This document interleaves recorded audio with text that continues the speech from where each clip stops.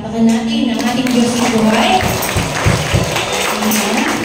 Tayo muna ay magsuko. Amen. Ngayong araw po ay hindi muna matutuloy ang ating banal na misa dahil hindi po tayo makakuha ng ating pare dahil busy po silang lahat ngayon.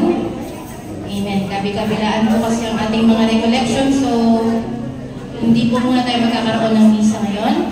Atin po munang tatawagin ang ating council member, Sister Erna Gomez, para po sa information about sa ating anniversary. Amen? Mapagpalang hapon po sa ating lahat, lalong-lalo na po kay Yahweh El Shaddai. Kahapon po nag-meeting kami with our head. Ang ating ano po ay sa Trinidad, sa San Jose po, 18 or 11.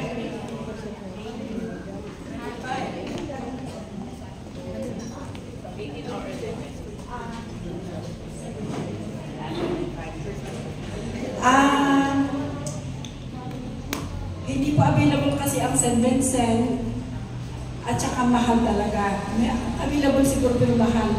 Sa cathedral naman, ano kasi pag last week ng May, bakasyon na ng mga bata kaya mga graduation, gano'n, busy yung pool.